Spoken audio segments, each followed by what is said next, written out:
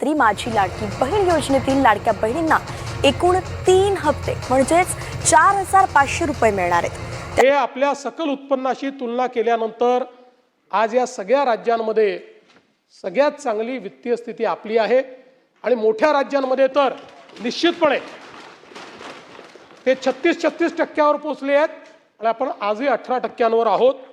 आपली कर्ज घेण्याची क्षमता ही अजून भरपूर आहे। कर्ज वाढतं आहे याची चिंता करण्यापेक्षा कर्ज कुठे खर्च होत आहे याची चिंता करणं हे अत्यंत गरजेचं आहे। आणि तेही मी पुढे सांगणार आहे की आपण काही मुद्दे मला सभागृहाच्या लक्षात आणायचे आहेत। कशा प्रकारे महाराष्ट्राची अर्थव्यवस्था विस्तारित होते हे अत्यंत महत्त्वाचं आहे। आज जगाच्या अर्थव्यवस्थांचा विचार आपण केला आणि महाराष्ट्र हे जर वेगळं राष्ट्र असतं तर जगाच्या अर्थव्यवस्थांमध्ये महाराष्ट्राची अर्थव्यवस्था जगातली 30वी सगळ्यात मोठी अर्थव्यवस्था राहिली असती। आणि आता आपण जर विचार केला तर पहिले 35 देशांचा जर आपण विचार केला तर आपण कुठल्या देशांना मागे टाकलाय? महाराष्ट्राने Austria, Thailand, Norway, Philippines, Vietnam, Bangladesh या सगळ्या देशांपेक्षा आपली अर्थव्यवस्था मोठी झाली आहे। आणि जर आपण आपला ग्रोथ रेट सस्टेन करू शकलो तर पुढच्या 2 ते 3 वर्षात UAE आणि सिंगापूर या देशांच्या अर्थव्यवस्थेला देखील आपण मागे टाकू। आपला विस्तार त्यांच्यापेक्षा देखील मोठा होईल। आपण या ठिकाणी जर बघितलं तर आपली ग्रोथ कशी आहे तर जयंतराव 2013-14 साल एक बेस इयर म्हणून मी म्हणतो, असं काही कंपॅरिझन नाही, 10 वर्षाचं काहीतरी थोडं आपलं सांगायचं म्हणून। तर 13-14 साली एकूण आपला जो GSDP किंवा GDP होता राज्याचा तो 16 लाख कोटी होता। 10 वर्षामध्ये 16 लाख कोटी महाराष्ट्र निर्माण झाल्यापासनं तर 2013-14 पर्यंतचा महाराष्ट्राचा GSDP 16 लाख कोटी आणि गेल्या 10 वर्षात आम्ही 16 लाख कोटीवरनं 51 लाख कोटी रुपयावर पोहोचलो। प्रभूसाहेब 3 पटींपेक्षा जास्त ही आपल्या अर्थव्यवस्थेचा विस्तार हा या ठिकाणी झालेला आपल्याला पाहायला मिळतोय। आणि सरत्या वर्षामध्ये देशाच्या GDP पेक्षा आपला GDP ग्रोथ हा जास्त आहे। आपण 7.9% या दराने विकसित झालो आहोत।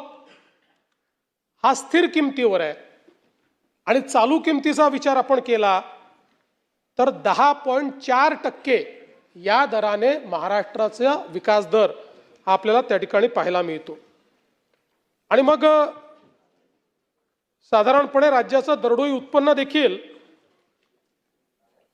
3,17,800 रुपयावरनं 3,47,903 रुपये एवढं वाढलेलं दिसतं। आता या ठिकाणी दरडोई उत्पन्नामध्ये हे खरं आहे की महाराष्ट्र हा 5व्या क्रमांकावर आहे मोठ्या राज्यांमध्ये। पण आपण जर एकूण विचार केला तर आपली GSDP ची ग्रोथ आणि आपला साईज, आपण देशातलं पॉप्युलेशन वाईज 2ऱ्या क्रमांकाचं राज्य आहोत। या दोन्हीचा रेशिओचा जर आपण विचार केला, कारण आपल्याला कल्पना आहे की जेवढं मोठं राज्य असतं तेवढा विकासाचा दर कमी असतो, पण महाराष्ट्राने तो मेंटेन ठेवलेला आहे। हे मला असं वाटतं अत्यंत महत्त्वाचं आहे। आणि म्हणून आपण जर विचार केला तर आपण कर्जाचंही नेहमी बोलतो, मी कर्जाच्या संदर्भात पुढे बोलणारच आहोत. पण आज देशाच्या GDP मध्ये म्हणजे ज्या महाराष्ट्राची लोकसंख्या देशाच्या 9.5% आहे, त्याचा देशाच्या GDP मध्ये हिस्सा हा 14.3% आहे आणि देशाच्या GDPत सर्वाधिक हिस्सा असलेलं राज्य आपलं महाराष्ट्र आहे. देशातील FDI मध्ये आपण नंबर 1 आहोत. देशातल्या ऑइल व्यतिरिक्त निर्यातीत आपण नंबर 1 आहोत. सॉफ्टवेअर निर्यातीत आपण दुसरे आहोत. देशाच्या स्टार्टअपमध्ये आपण नंबर 1 आहोत. देशाच्या युनिकॉर्नमध्ये आपण नंबर 1 आहोत. बँकांच्या ठेवीत आपण नंबर 1 आहोत. बँकांनी वाटलेल्या कर्जाच्या संदर्भात देखील आपण नंबर 1 आहोत. GST संकलनातही आपण नंबर 1 आहोत. आणि एवढंच नाही तर देशाच्या फॉरेस्ट ऑफ इंडिया रिपोर्ट प्रमाणे वृक्ष आच्छादनातही आपणच नंबर 1 आहोत. ही देखील अत्यंत समाधानाची बाब आहे. आणि मग आपण या ठिकाणी असं म्हणतो की 3 लाख कोटीहून 10 लाख कोटीवर डेट झालं. आता जेव्हा आपलं उत्पन्न 16 लाख कोटी होतं तेव्हा आपल्यावरचं कर्ज जवळपास 3 लाख कोटी होतं. आज आपलं उत्पन्न 51 लाख कोटी आहे आणि आपलं कर्ज 9.32 लाख कोटी आहे. त्यामुळे आपण ज्यावेळेस वाढलेल्या कर्जाचा आकडा सांगतो त्यावेळी आपण वाढलेल्या उत्पन्नाचा आकडा सांगताना मात्र अखडता हात घेतो.